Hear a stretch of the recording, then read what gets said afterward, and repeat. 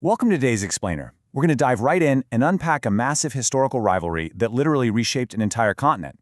We are going to analyze exactly why the British and French empires competed so fiercely for dominance in North America between 1713 and 1755, and as we'll see, a single industry became the ultimate battleground for that conflict. It's an absolutely fascinating story of economics, alliances, and, well, survival. But first, think about our modern world for just a second. How does a 300-year-old industry mirror today's massive economies? Right now, we've got giants like forestry, mining, and oil and gas. They generate incredible wealth, sure, but they also come with some pretty severe environmental and human costs. Well, 3 centuries ago, the fur trade was the exact same kind of beast. It wasn't just about making fancy hats and coats. It was a sprawling, global economic engine that sparked intense competition and left a lasting impact on literally everyone involved. So here's our roadmap. We're going to cover 1. Imperialism and economics, 2. First Nations partnerships, 3. The push for territory, 4. Fierce competition, and finally, lasting impacts. Let's get into it. Starting with Section 1, Imperialism and Economics, the root motivations.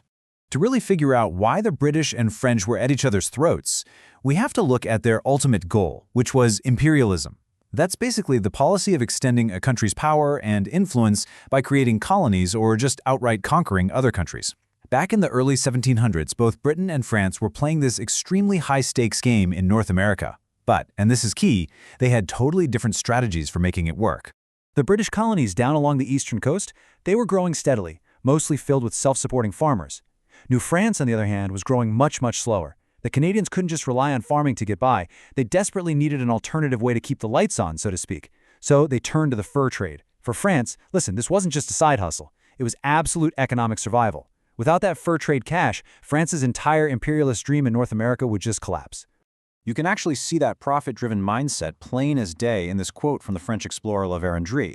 The French government was literally bankrolling expeditions, like his search for the Western Sea, specifically to go out and find more First Nations trading partners. The fur trade was the engine funding the expansion of their entire empire. Moving to Section 2, First Nations Partnerships, the Essential Alliances. Here's the thing. Neither the British nor the French could pull this off alone. No way. The French, who were facing much larger First Nations populations, knew they had to build strong, respectful business relationships. They would engage in these really elaborate gift-giving ceremonies to show respect and forge vital military and business ties. This wasn't just them being polite, it was a highly calculated, crucial negotiation tactic.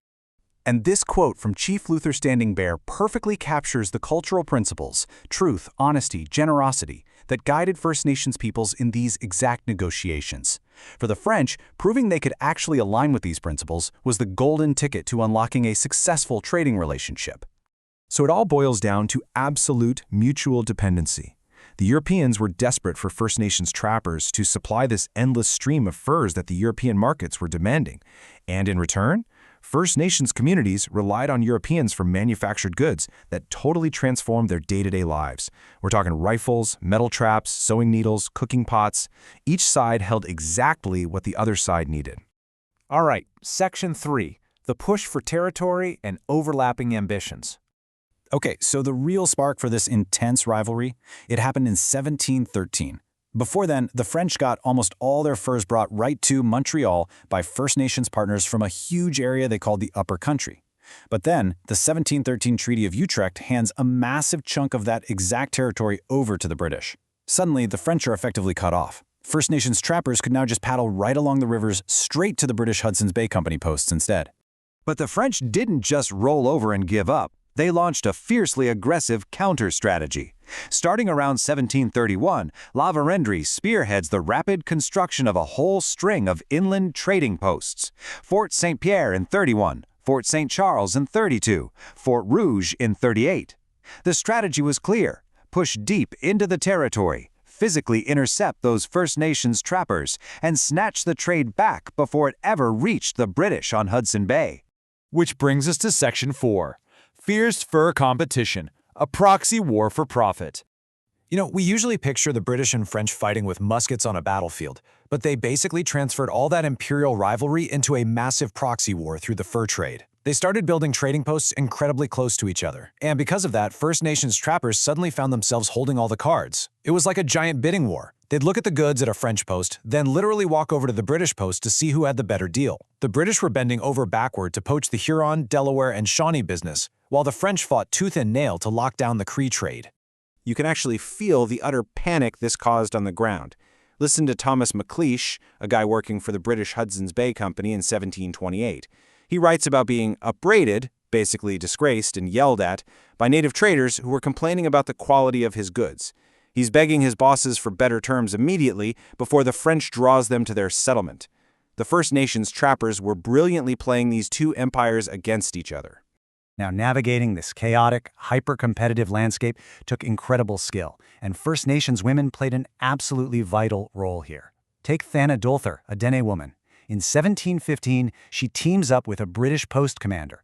Over an entire year, she travels to bring the warring Dene and Cree First Nations together, and she actually pulls off a major peace agreement. Her diplomacy literally paved the way for years of profitable trading, proving that peace, just as much as cutthroat competition, was a major tool of the trade.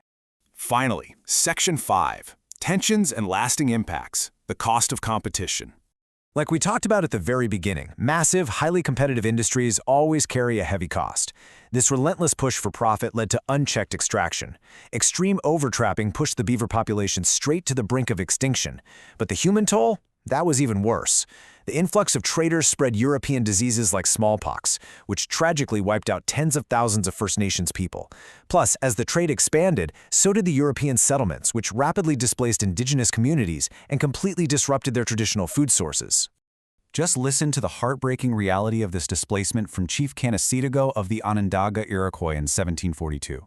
While European empires are writing home about all the incredible wealth they're generating, First Nations leaders are watching the destruction of their traditional way of life. The colonists' horses and cows were literally eating the grass the native deer needed to survive. The immense wealth of these European empires was being built directly on the impoverishment of the original inhabitants. So we've seen how the imperial drive for dominance turned the fur trade into this intensely competitive, environmentally destructive, and socially disruptive proxy war. As we look at the giant global industries driving our world today, expanding into new territories, relying on complex international partnerships, we really have to ask, how can the lessons from this 300-year-old rivalry help us navigate the massive economic and environmental challenges we're facing right now? Thanks for joining me on this explainer, and I'll see you next time.